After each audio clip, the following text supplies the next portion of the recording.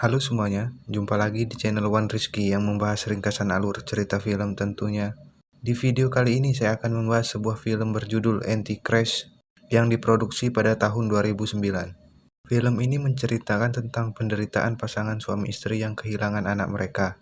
Ironisnya, putra mereka tersebut jatuh dari jendela kamar tidur, sementara ayah dan ibunya sedang asyik bercinta. Keduanya lantas menyepi ke sebuah pondok yang ada di tengah hutan. Usaha mereka untuk menghilangkan duka ini malah berujung malapetaka. Tanpa tunggu berlama-lama, mari kita simak videonya.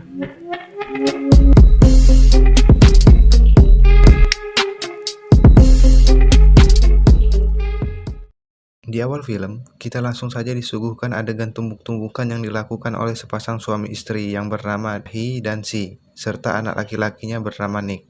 Adegan mereka pun pindah ke tempat tidur, namun cerobohnya mereka sampai lupa melihat keadaan sekitar.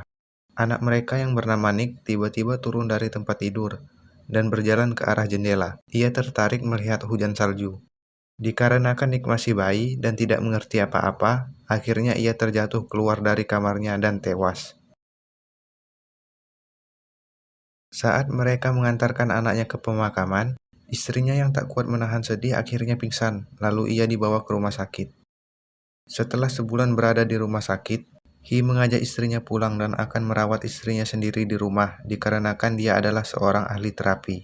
Hee beranggapan maka istrinya belum sembuh dikarenakan dokter terlalu banyak memberinya obat.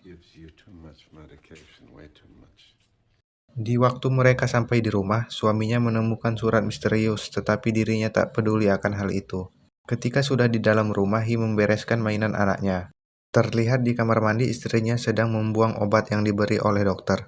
Tak lama setelah itu dia menangis dan langsung ditenangkan oleh suaminya. Saat sedang mengobrol di kamar, istrinya mengungkit masa lalu dan menyalahkan suaminya mengapa anak mereka bisa tewas. Di malam itu juga Si terlihat mengalami sesak napas dan kegelisahan. Untungnya suaminya bisa menenangkannya. Tetapi setiap kali istrinya mengalami itu, ia selalu saja memaksa untuk melakukan mantap-mantap.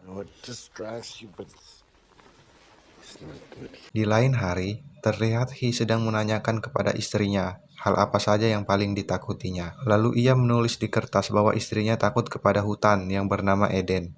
Setelah itu suaminya mengajak ke hutan tersebut supaya bisa menenangkan diri. Saat sedang di perjalanan, Hee menyuruh istrinya membayangkan apa saja yang ada di dalam hutan tersebut.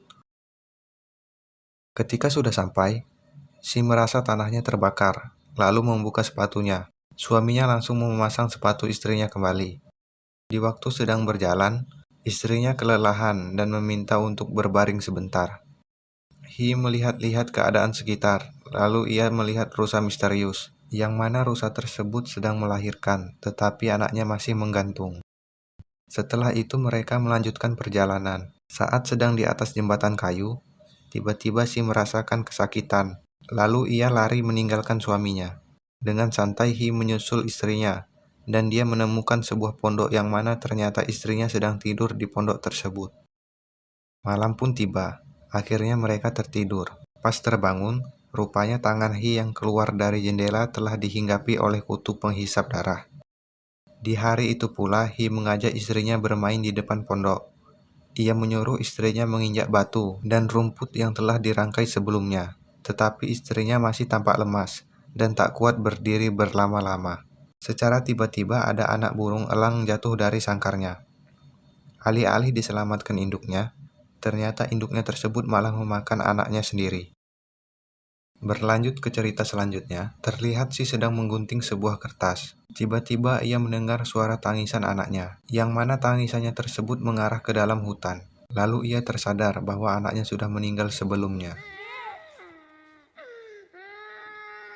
Ketika suaminya pulang, dia menceritakan akan hal itu. Suaminya menjelaskan bahwa dirinya sedang berhalusinasi. Lalu tiba-tiba Si menyerang suaminya. Ia menyalahkan jika anaknya mati karena ulah dirinya. Untungnya Hee dengan cepat bisa menenangkannya. Saat bercerita, Si semakin berlarut-larut dalam kesedihan. Ia bercerita selalu terbayang-bayang akan anaknya. Terlihat sekarang keadaan Si kini kian membaik. Mereka pun bermain-main di hutan. Ketika sedang asik bermain, Hi dikejutkan dengan seekor serigala yang sedang menggerogoti perutnya sendiri. Hujan pun turun, lalu mereka kembali ke pondok. Hi tiba-tiba mengambil tangga yang berada di luar untuk menaiki ruangan yang berada di atas pondok itu. Di dalam ruangan itu berisikan foto-foto yang aneh. Ia tertuju ke sebuah buku berisikan tulisan istrinya yang menurutnya begitu aneh. Oke, kita membahas ke cerita selanjutnya. Terlihat di suatu malam mereka sedang mengobrol lalu terjadilah mantap-mantap. Tetapi perilaku istrinya kini semakin tak masuk akal. Ketika sedang berhubungan badan, sang istri meminta kepada suaminya untuk memukul dirinya. Tetapi Hi menolak. Hit me, please. No. Istrinya yang kesal lalu keluar dalam keadaan telanjang. Suaminya pun menyusulnya. Adegan mereka kini berlanjut di bawah sebuah pohon, yang mana terdapat banyak akar di bawahnya. Saat sedang membereskan ruangan, secara tak langsung Si menemukan surat hasil otopsi anaknya. Rupanya suaminya telah mengetahui akan hal itu, tetapi ia tidak memberitahu karena istrinya belum begitu pulih. Hi pun menjelaskan kepada istrinya bahwa ada kelainan di kaki anak mereka yang ditunjukkan dengan hasil ronsen. Hi langsung menunjukkan beberapa foto Nick. Istrinya baru sadar, rupanya setiap kali memakaikan sepatu Nick selalu terbalik. Pada suatu malam, kelakuan istrinya kembali kumat. Ia memaksa untuk mantap-mantap. Seketika itu pula adanya tiba-tiba Si mengambil balok dan memukul kemaluan suaminya hingga pingsan. Lalu Si mengambil sebuah batu gerinda dan mengebor kaki suaminya dan memasang batu tersebut. Saat Hi terbangun, ia mencoba melepaskan batu itu. Tapi usahanya sia-sia dikarenakan kunci Inggris untuk membuka bautnya telah dibuang di bawah pondok itu tanpa sepengetahuannya. Hi merangkak pelan-pelan dan menjauhi pondok tersebut. Lalu ia menemukan sebuah lubang dan bersembunyi di dalamnya.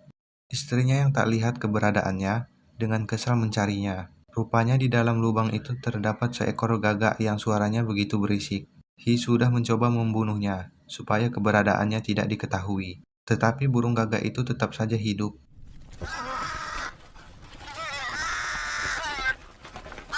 Istrinya yang mendengar akhirnya mengetahui keberadaannya, lalu mengambil sekop dan mencoba mengubur suaminya. Saat malam, Si tersadar dan menyelamatkan suaminya, lalu dibawa ke pondok. Setibanya di pondok, Si mengatakan tak akan membunuhnya, kecuali 3 pengemis sudah datang. Saat mereka datang, salah satu harus mati. Hujan es pun tiba, lalu Hi mendengar suara burung dari bawah lantai. Ia lalu memecahkan lantai tersebut. Tak terduga ia menemukan kunci Inggris yang untuk membuka baut yang ada di kakinya. Ternyata di dalam pondok itu sudah ada 3 hewan, yaitu rusa, gagak, dan serigala. Mungkin ini 3 pengemis yang dimaksud. Ketika sedang membuka baut untuk melepaskan batu yang ada di kakinya, Si yang melihat itu langsung menghalangi dan menusukkan gunting di punggung suaminya. Setelah terlepas, suaminya yang geram lalu mencekik istrinya hingga tewas. Tak sampai di situ, mayatnya pun dibakar di depan pondok tersebut. Saat setelah kejadian itu, Hi pun pulang dengan menggunakan tongkat. Ia kelaparan dan memakan buah beri. Tak lama kemudian puluhan wanita datang mendekati Hi, dan cerita pun berakhir.